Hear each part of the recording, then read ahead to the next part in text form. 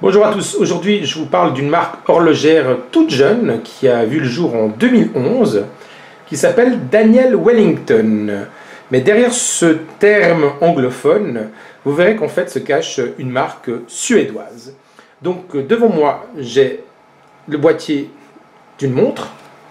On peut voir gaufrer les initiales avec le D à l'envers et Daniel Wellington.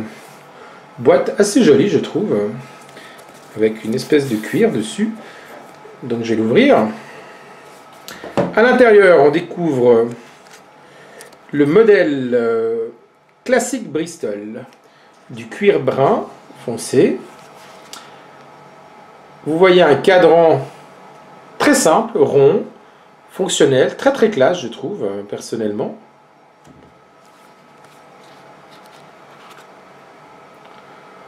En dessous, il y a encore un mode d'emploi.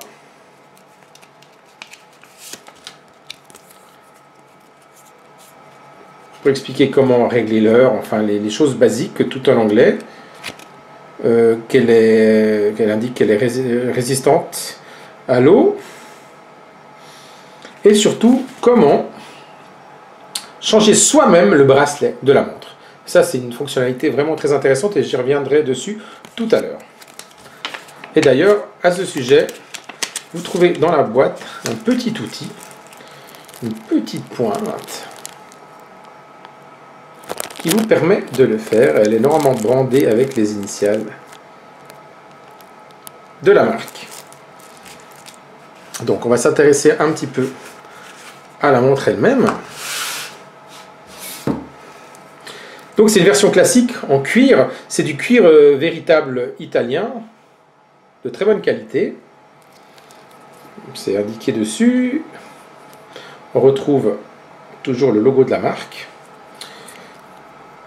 À l'arrière, des informations.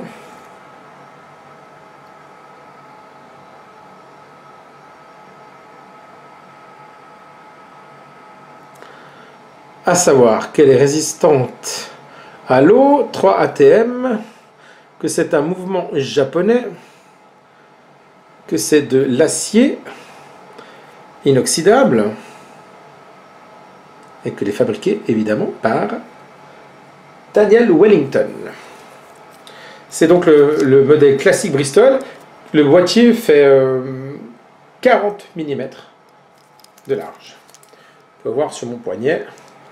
C'est une taille assez sympathique. Ensuite, en dehors des versions cuir, vous avez des versions natto. Celles-ci étant simplement en acier. Vous pouvez voir qu'elles sont très fines. Donc que le cadran est très simple. Moi j'aime beaucoup, c'est très sobre, très classe et ça a un certain succès fulgurant auprès des jeunes. D'ailleurs ils ont tout misé sur les réseaux sociaux au niveau communication. À ce propos, ils sont un petit peu moins de 10 000 abonnés sur Twitter. Ils ont un peu plus de 200 000 fans sur Facebook, mais surtout, ils ont plus de 850 000 abonnés sur Instagram, où ils communiquent le plus, avec plein de photos, et surtout les clients, et en particulier des jeunes, qui partagent volontiers les photos des montres qu'ils portent. Donc, vous avez, ça c'est la version natto. Donc c'est un bracelet natto. Un bracelet natto pour l'histoire, ça vient de l'armée britannique. C'est le ministère de la Défense qui à une époque, au début des années 70, a cherché à trouver une alternative au bracelet en métal qui pouvait briller avec le soleil et être vu par les ennemis, ainsi que les bracelets en caoutchouc qui se cassaient, et les bracelets en d'autres matières. Et ils ont trouvé qu'un bracelet en nylon, parce que c'est à base de nylon, les bracelets natto, c'est très solide, ça résiste à l'eau d'ailleurs, il y a pas mal de plongeurs dans l'armée britannique, et donc c'est un bracelet qui est devenu un style maintenant chez Daniel Wellington, que moi j'aime bien particulièrement, ça fait très british je trouve.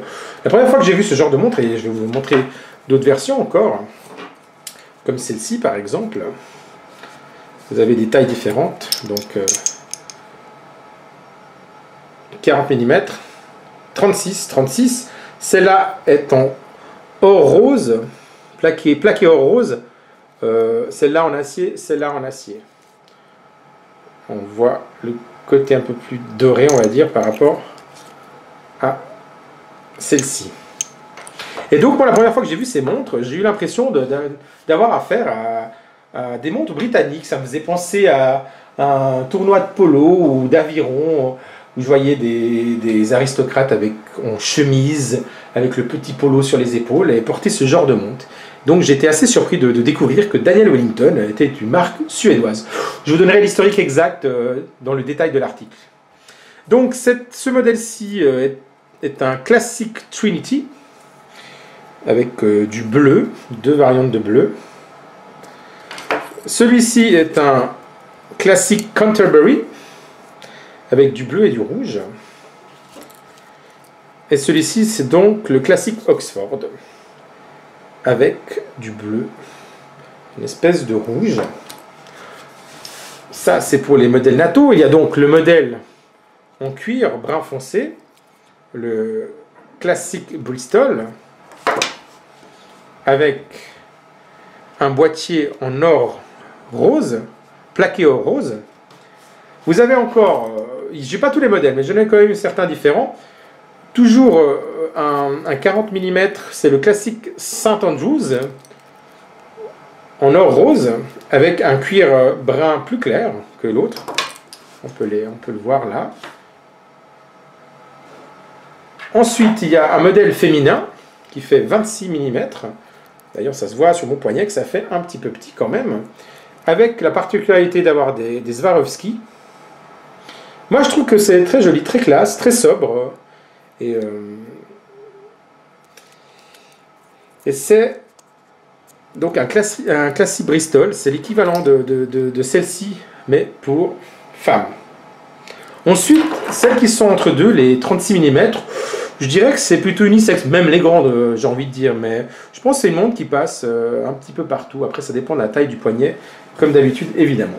Et enfin, voici la série Grace avec la Grace London, qui fait 36 mm, et qui, elle, est plaquée en or rose, pardon, dépoli. Donc, qui a un effet beaucoup plus mat que celle en or rose normale.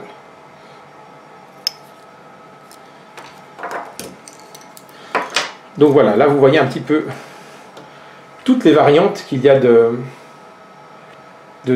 cette marque de montre. Après, il y a diverses couleurs, mais ça je vous laisserai aller regarder sur leur site. Et donc, comme je disais tout à l'heure, il y a une chose qui est assez intéressante, c'est qu'on peut changer soi-même son bracelet. D'ailleurs, on peut les commander à l'unité différemment.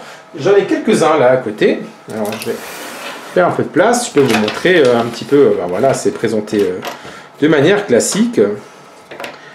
Alors, à savoir une chose, les bracelets de la série Grace sont en tissu de coton, avec du cuir italien aussi, hein, si jamais. C'est la différence par rapport au NATO, qui est à base de nylon. Je n'ai pas de bracelet en cuir, mais voilà, je pense que vous avez compris un petit peu à quoi ça ressemble à force d'en voir. Donc voilà, vous avez quelques variantes de bracelets. Et on va essayer d'en changer un devant vous, comme ça, ça sera fait. Enfin, j'essaie de faire au mieux. On va prendre, je sais pas, le rose, comme ça, qui sort un petit peu du lot. Donc, je vais prendre ce modèle-là, qui fait un peu girly déjà, avec du bleu et du violet.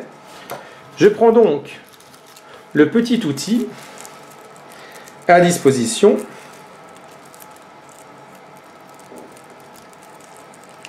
Voilà. C'est très très simple, hein. Donc, vous prenez la montre, et vous avez la petite tige avec un ressort qui tient le bracelet là, et de l'autre côté, comme dans la plupart des montres. Donc il suffit simplement d'enfiler l'outil avec sa pointe à l'intérieur. Voilà, et de pousser légèrement, et ça enlève la première tige. Ensuite, on fait pareil pour la seconde. Voilà. Donc, le bracelet, la première montre était enlevée. On se retrouve avec le boîtier seul. Voilà. Et je prends la version rose. Donc avec le natto, c'est assez simple parce qu'il suffit de poser simplement le bracelet derrière. Et ensuite, on reprend les tiges. Et on les remet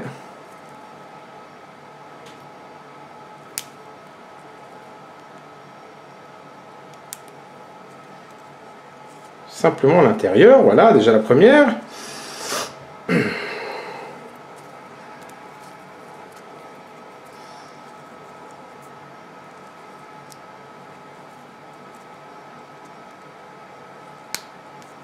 Et la seconde. Et voilà. Ah, ben voilà, évidemment, les aléas du direct. Mais ça ne sera pas coupé au montage, car il n'y a pas de montage. Je fais du one shot.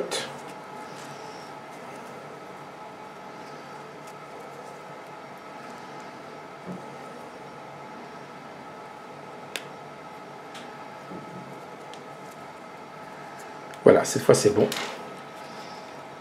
Et voilà, le bracelet a été changé en quelques secondes. Avec le bracelet en cuir, c'est légèrement différent évidemment, car la tige passe à travers, comme vous pouvez voir ici. Mais le principe est le même. Donc ce qui est sympa, c'est qu'on peut changer soi-même les bracelets, et donc il y a pas mal de déclinaisons. Je n'ai pas le catalogue près de moi, malheureusement, mais vous pouvez aller voir sur leur site toutes les variantes. Donc voilà, j'espère que vous avez apprécié ma petite vidéo pour vous présenter en détail et de manière visuelle les montres. Toutes les informations plus complètes seront sur l'article rédigé sur jtpv.ch. Merci de votre attention.